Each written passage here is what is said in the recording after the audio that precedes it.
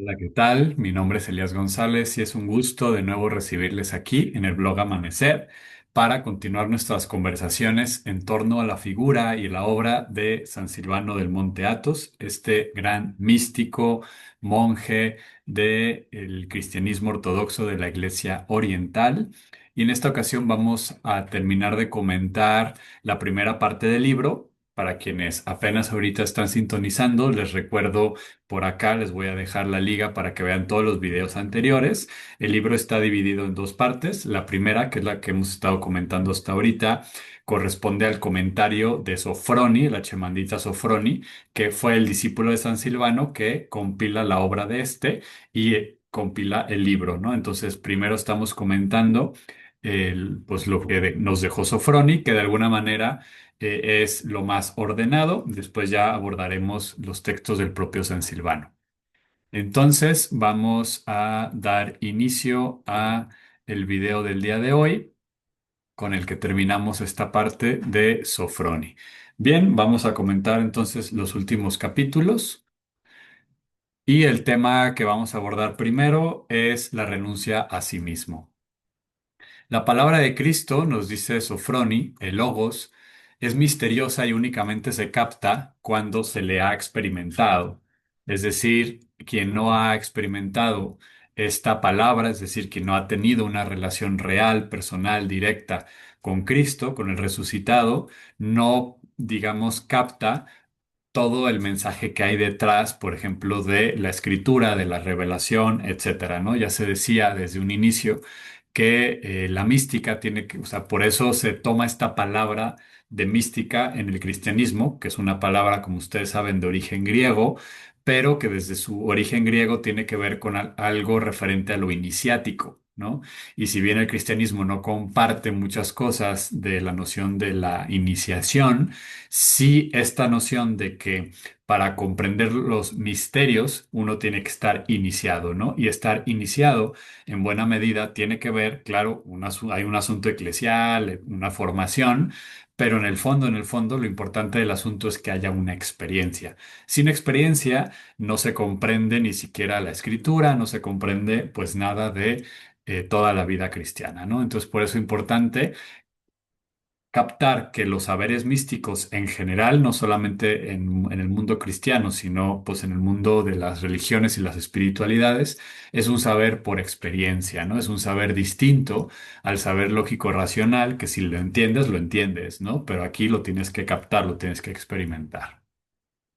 Nos dice ya más literalmente Sofroni, dice, entregarse hasta el extremo no consiste tan solo en distribuir todos los bienes o en entregar el cuerpo a las llamas, sino en renunciar a todo lo que poseemos, en los límites de nuestra existencia creada, en cuanto separada de Dios, en nuestro aislamiento egoísta y en nuestra tendencia a oponer nuestro yo a nuestro prójimo, a nuestro hermano.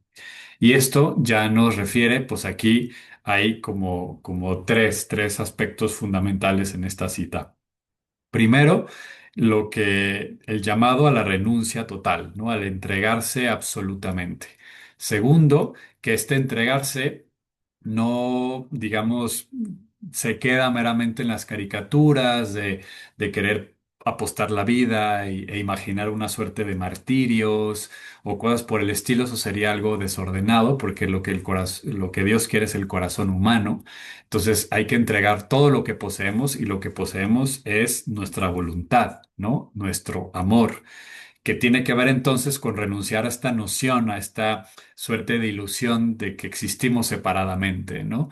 Renunciar a nuestra existencia creada, a este aislamiento egoísta y querernos liberar de ello, porque mientras nos mantengamos allí, no vamos a salir hacia el encuentro con el prójimo y mucho menos al amor a los enemigos, que para San Silvano, pues va a ser básicamente lo más central, el gran criterio de la verdad, como lo vamos a abordar enseguida. Y aquí pues vienen una serie de frases, de citas que para la sensibilidad contemporánea pues son terribles, no las comprendemos. Y vuelvo a lo que dijimos al inicio del video, ¿no? De las diapositivas.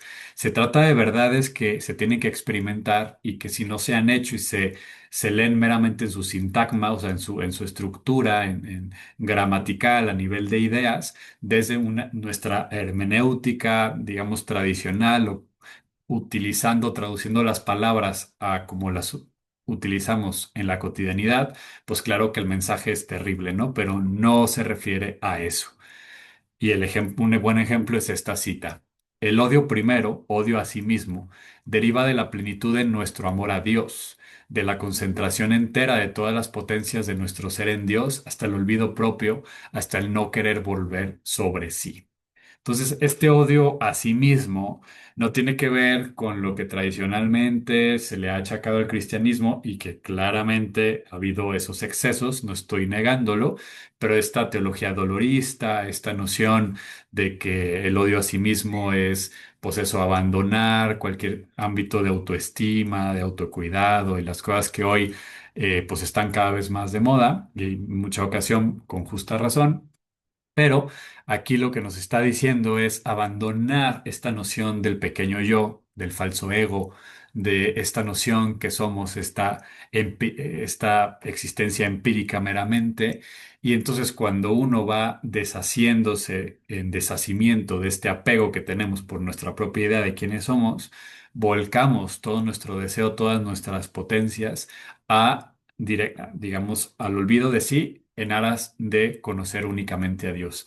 Y conocer únicamente a Dios es también resulta en un auténtico conocimiento de el yo profundo, ¿no? De lo que realmente somos, ¿no? Entonces este odio a sí mismo, entonces no hay que entenderlo como un psicólogo lo leería, ¿no? Con ojos así, digamos, de que se salen los ojos de terror, va por otra dimensión. Eh, Esta otra frase que dice, todo retorno complaciente sobre uno mismo disminuye e incluso hace cesar nuestra morada en la luz de la divinidad, ¿no? Entonces, lo que nos quiere indicar Silvano y Sofroni con esta exposición es todo retorno complaciente, o sea, es decir, todo volver a este yo pequeño, todo seguir. Voy a volver a vomitar.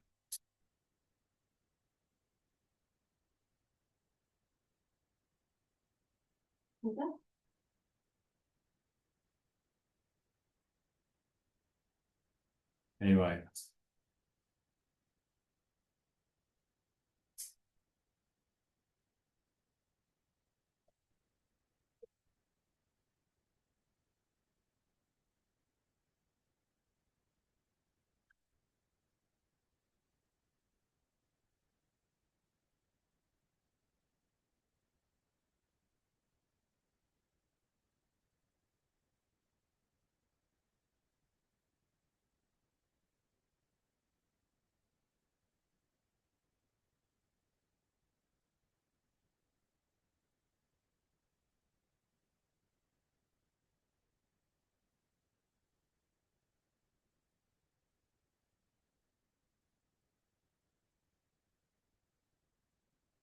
¿Y es pura agüita?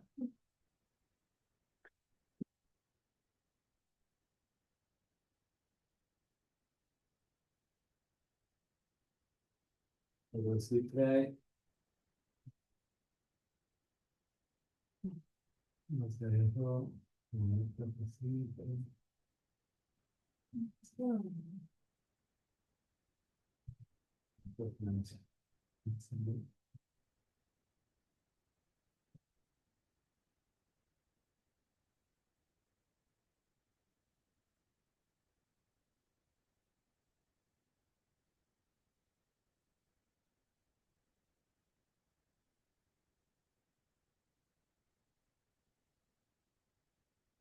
Seguir. Mm.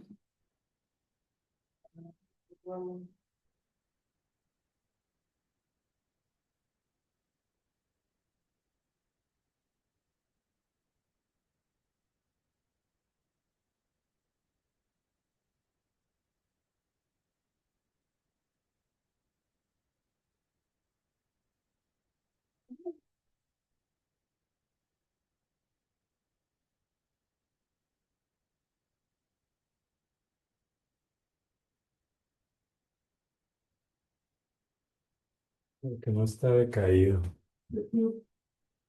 Bueno, bonita y bonita.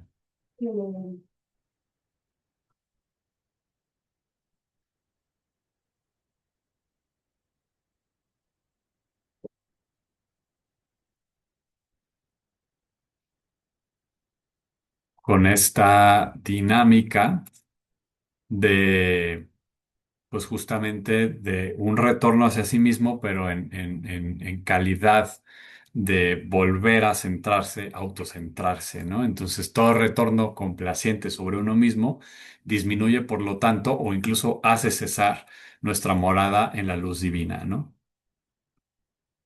El hombre, nos dice Sofroni, que ama a Dios, pasa por sufrimientos que quien no tiene una fe firme no podría soportar y caería psíquicamente enfermo, ¿no?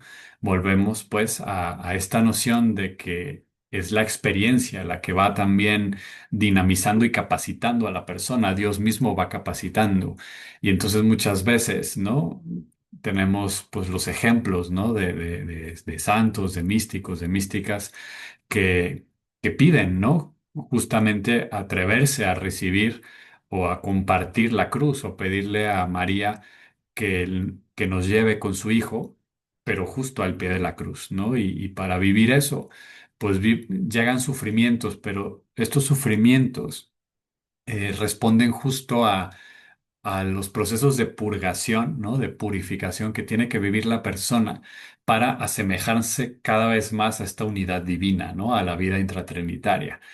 Eh, y por lo tanto, pues como en la tradición cristiana se ha vivido también, esta identificación también con el Cristo doliente, ¿no? Con el Cristo que, que vive el dolor del mundo en su propio cuerpo, en su propia vida, y de alguna manera también pues es como una suerte de compartir ese destino, no solo con Cristo, sino con todos los crucificados de la historia, ¿no? Y es acuerpar ese proceso. Y repito, pues esto pues muchas veces suena en la discursividad o narrativa contemporánea como algo inentendible o pero pues lo que hay de fondo es una experiencia, ¿no? Una experiencia de amor muy profunda que es capaz de afrontar todo aquello o todas las purificaciones que hay que pasar para captar este amor profundo. Ahora llega, pues, otro tema que de alguna manera también ya hemos compartido y dialogado, que es el amor y la libertad. Decíamos en videos anteriores que la voluntad y la libertad humana es lo que está en disputa, ¿no?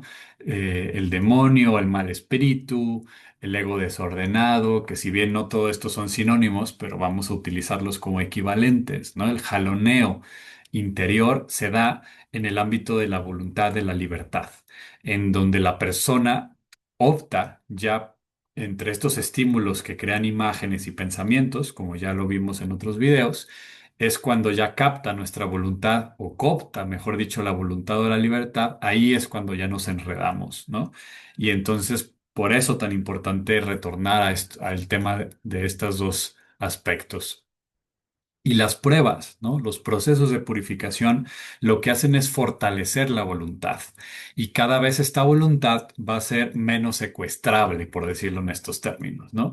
Pareciera entonces que no es ya gratis o que no pasa por nada estos de pronto dolores y sufrimientos, sino que estas pruebas van fortaleciendo la humildad y además, perdón, la voluntad y además llevan a la humildad, ¿no?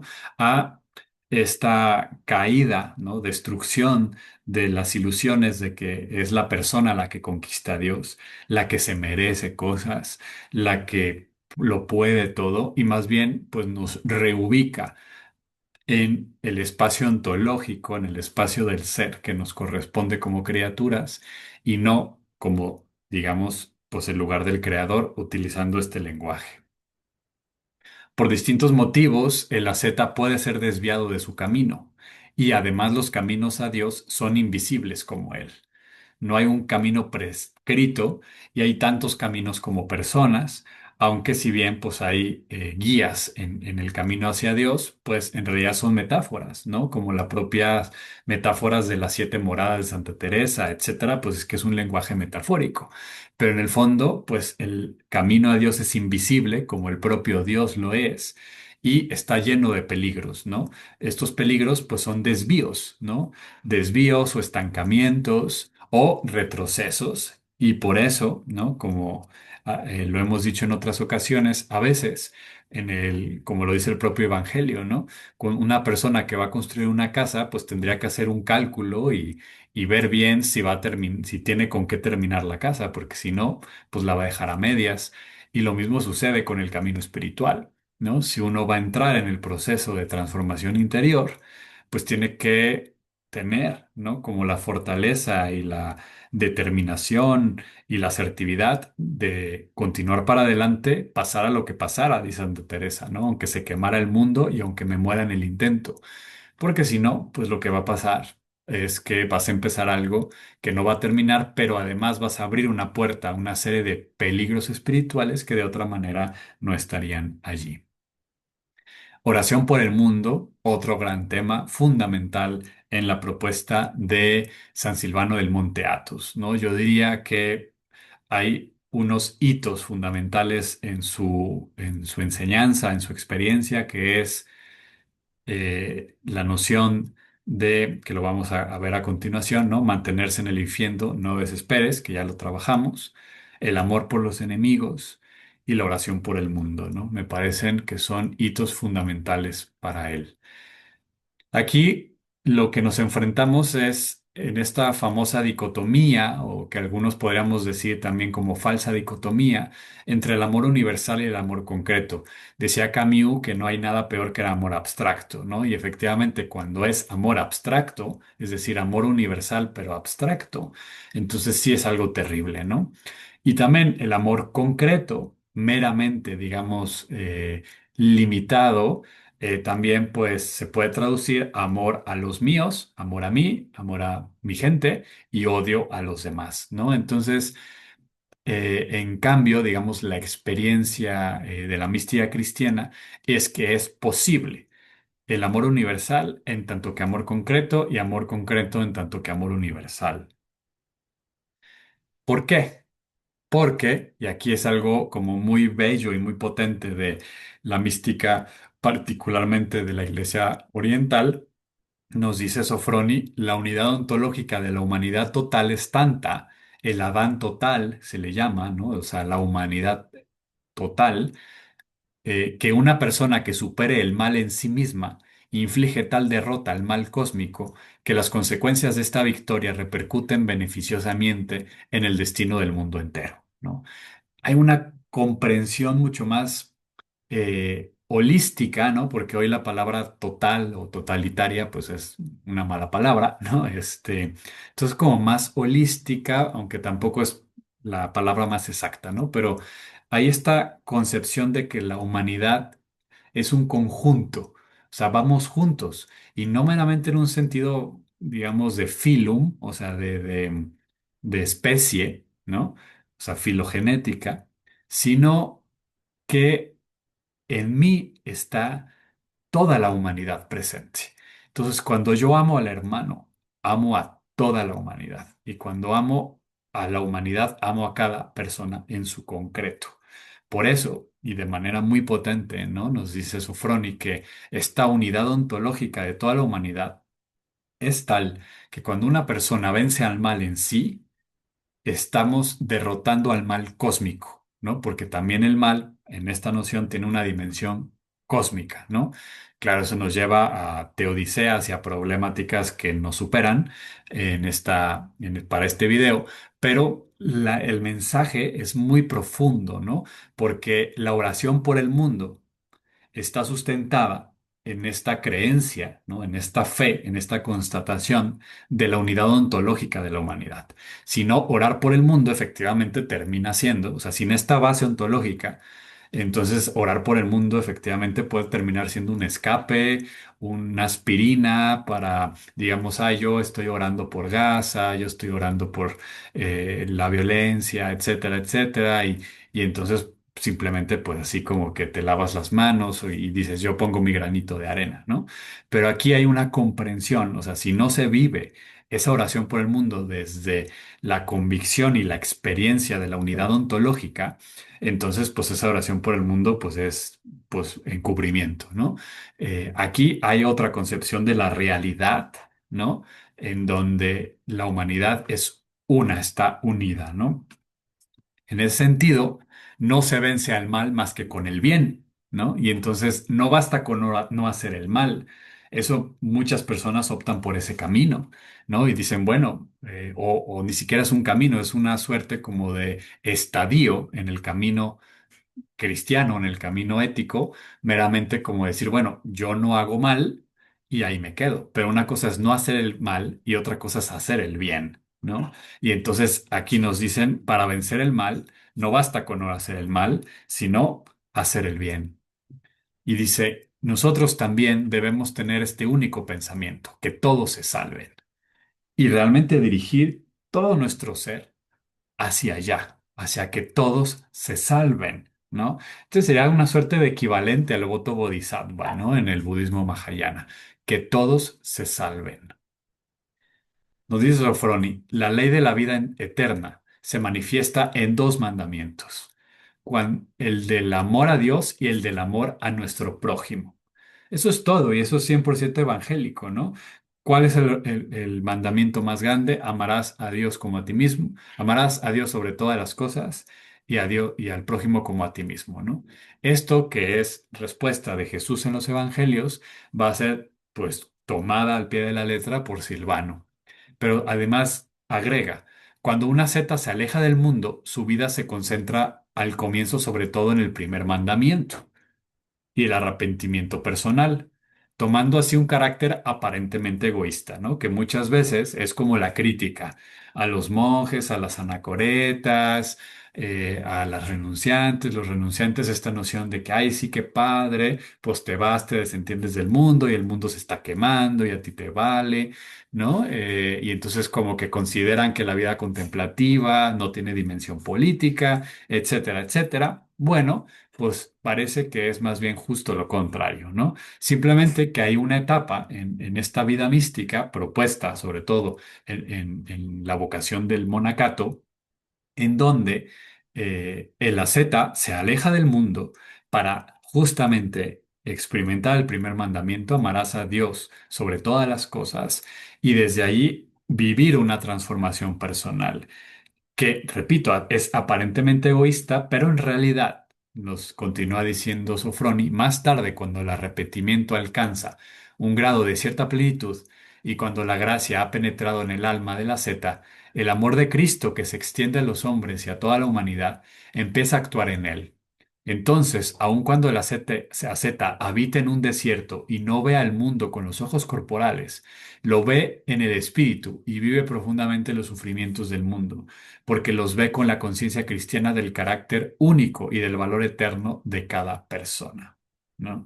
Y esto es una cita que da para muchísimo, para rumiar, para reflexionar, para escribir con teorías y artículos al respecto, ¿no? Pero básicamente lo que nos está diciendo es que esta unidad ontológica de la humanidad, que el asceta vive primero en su soledad, en donde se encuentra con el amor pleno hacia Dios y es transformado, naturalmente surge de forma espontánea esta entrega a los demás, este amor al prójimo, que en el caso de los anacoretas o digamos del monacato, de la gente que está retirada de la vida mundana, en muy entre comillas, pareciera pues que se lava las manos, pero es justamente lo contrario porque ellos viven en su propia carne este dolor, ¿no? Y esto lo vemos en muchas tradiciones, ¿no? En el chamanismo, por ejemplo, son los chamanes en muchas tradiciones los que fungen como una suerte de epicentro energético, que ellos son los que se están como enfermando,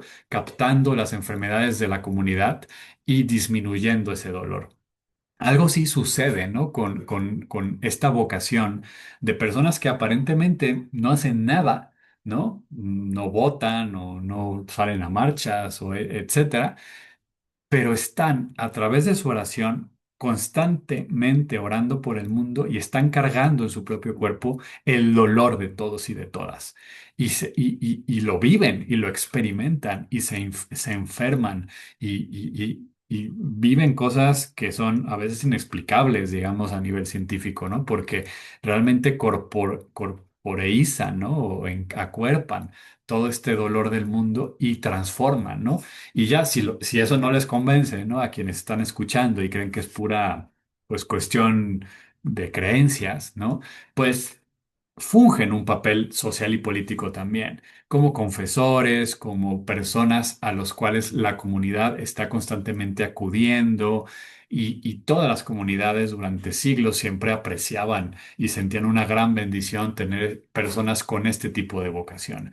Yo me atrevería a decir que además este proceso, ¿no? De ir hacia adentro, hacia el encuentro con Dios, a lo que implica el reino de Dios, ¿no? Que es ama sobre todo y ante todo a Dios. Que Dios reine en nuestros corazones es eso, ¿no? El primer mandamiento. Y cuando realmente lo empezamos a vivir, aunque nuestra vocación no sea la del monacato, empezamos a experimentar este catapulteo, este lanzamiento al amor al prójimo, al amor a los demás, y entonces en muchas ocasiones para muchas personas eso sí se traduce, por ejemplo, pues en obras concretas de nivel social, político, educativo, etcétera, ¿no? Porque el encuentro con Dios es lo que provoca. El ser humano entonces puede vivir, perdón, sufrir de muchas privaciones, pero pocas veces se da cuenta de su principal privación, ¿no? Que es que Dios no reine en nuestro corazón, ¿no? Y entonces eso es fundamental, captar esta principal y elemental privación, que a veces vamos por la vida totalmente desentendidos, desentendidas de el reino que tenemos adentro, ¿no? El castillo interior. El que no ha conocido el amor divino, los mandamientos pueden entrar en colisión, ¿no? Es decir, para quien no capta todavía el amor y meramente estos mandamientos son una cuestión legalista y los vive desde la noción del cumplimiento de la norma y no desde la experiencia de entrar en relación con alguien con mayúscula, entonces, pues el amor a Dios sobre todas las cosas se puede convertir en una fuga mundis, en efecto, o puede caer, digamos, en rechazar el amor a Dios y centrarse exclusivamente en el amor al prójimo porque no ha experimentado a Dios y entonces se vuelca meramente a los demás y cae en activismos desordenados porque en el fondo está, como no ha sanado internamente, pues en el que lo único que sana realmente el corazón es el encuentro con Dios, pues entonces vuelca todas sus proyecciones, todas sus heridas del desamor a sus relaciones interpersonales y aunque parezca una persona muy entregada, en realidad o está mendigando amor o se está buscando a sí misma a la fama, a no sentirse sola, etcétera, ¿no? Entonces, únicamente desde la experiencia del encuentro real con el Dios vivo, estos dos mandamientos se pueden seguir. Entonces, en realidad, la lógica del mandamiento que tiene que ver con poner algo en la mano, ¿no? Algunos prefieren a la palabra mandamiento, la palabra confidencia, ¿no? Les dejo esta confidencia, este mensaje, esta suerte como de secreto, de consejo que les va a cambiar la vida, tiene que ver con una, digamos, como voltear la lógica, ¿no? En muchas ocasiones pensamos es, sigo la norma para conseguir el resultado, ¿no? Entonces, si sigo esta norma y yo me forzo a amar a los demás y me forzo a amar a Dios, lo único que eso va a producir es una religiosidad legalista sin experiencia profunda del misterio, ¿no? Que es básicamente contra lo que Jesús luchó. La lógica del mandamiento, por lo menos en la mística cristiana, y yo diría en general así tendría que ser, es el contrario, ¿no? Para vivir la ley, y a esto San Pablo lo explica muy bellamente, ¿no? Cuando está criticando justo la religiosidad en la que él se educó, que era legalista, y que entonces a través de ese seguir la ley me salvo, aquí es al revés, ¿no? La experiencia de San Pablo es cuando experimento la salvación totalmente y dada en gratuidad por el don inmenso y amoroso de Dios, puedo seguir la ley del amor, ¿no? Entonces aquí no es me obligo a amar a los demás y a Dios para seguirlos y entonces voy a experimentar a Dios. Es experimento a Dios por puro don, por puro amor, por pura gratuidad, y entonces puedo amar a Dios y entonces puedo amar a los demás. Si no, lo que pasa, si es puro legalismo, repito, terminamos en fuga mundis o en negar y odiar a Dios y meramente volcarme en un activismo. La última palabra, ¿no? Así se llama uno de los últimos capítulos, la última palabra. Un único doble asunto, la humildad y el amor a los enemigos. Todo está aquí, nos dice Sofroni, ¿no? Y de alguna manera, pues citando, dialogando con Silvano. Y es que lo decíamos ya, ¿no? Para mí, las claves de todo el proyecto espiritual, ¿no? Que nos presenta Silvano es lo del infierno que ya mencionábamos, que lo vimos muy profundamente la vez pasada. eh, el amor al prójimo, ¿no? Y esta dicotomía de la humildad-orgullo, ¿no? Sería como el gran cuarto tema, ¿no? Entonces, únicamente trabajando hacia la humildad, ganando en humildad, surge el amor a los enemigos. A mi juicio, no hay más que una cosa importante. Hacerse humilde, el orgullo impide amar. Otra frase que quiere expresar lo mismo. El amor a los enemigos es el único criterio cierto de verdad. Y esto es muy potente, ¿no? Entonces, este criterio no solamente aplica al individuo, o sea, es decir, si la persona ama al enemigo, entonces, pues puede ser que realmente sí sea de Dios el proceso espiritual que está viviendo. Pero si sus experiencias espirituales lo está llevando a no amar al enemigo, pues entonces no va por allí, o sea, no es de Dios. Y nos dice Sofrón, y esto es bien potente, ¿no? Esto no aplica solo a la persona individual, también a la iglesia, a sus enseñanzas. Entonces, ojo, aquí hay un criterio importantísimo, ¿no? Si tu comunidad eclesial, si el sacerdote donde vas a escuchar la prédica, si todos estos asuntos no llevan hacia el amor al prójimo, no es del Dios cristiano. Por lo menos esa es la experiencia de Sofroni y de San Silvano, que es lo que aquí estamos exponiendo. Critiquen o debatamos con ellos, ¿no? Yo solo expongo sus ideas y sus experiencias, pero a mí me parece súper hermoso y súper potente, ¿no? Si mi comunidad no me lleva al amor al prójimo, pues seguramente no es de Cristo, ¿no? Quién sabe que estoy disfrazando como cristiano, pero no va por ahí. Y entonces, pues ustedes revisen los espacios en donde están. Por más sabio, instruido y noble que sea un hombre, si no ama a sus enemigos, esto es, a todos los hombres, a todos. Entonces aquí está bien, bien, porque la pregunta, claro, es, ¿y quién es mi enemigo? ¿No?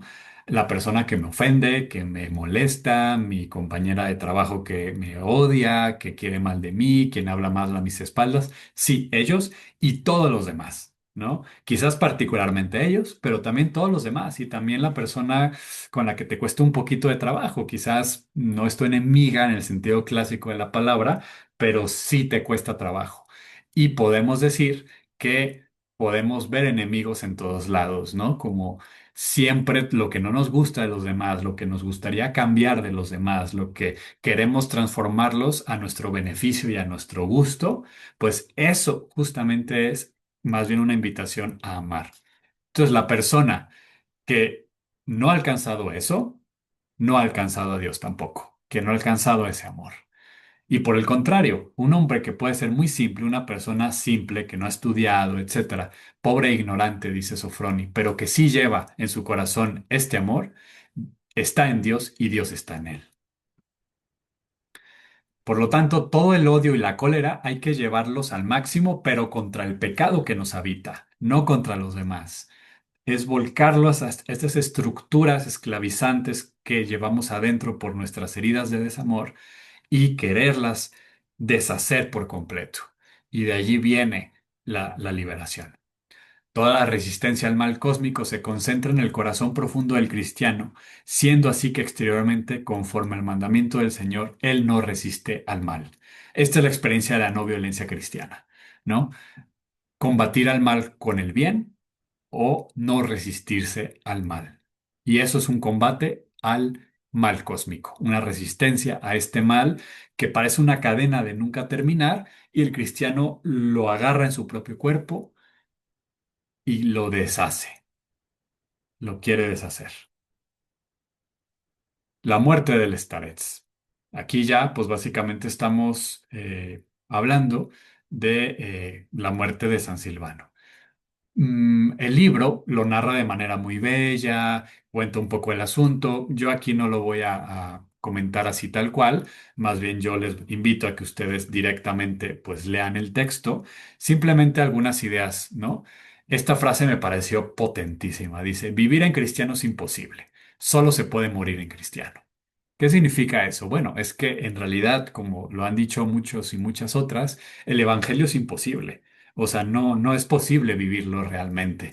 Lo experimentó San Francisco a la hora de tratar de hacer sus constituciones meramente con las bienaventuranzas, el evangelio. El evangelio realmente es un imposible, ¿no? Pero sí se puede morir en cristiano. ¿Qué significa eso?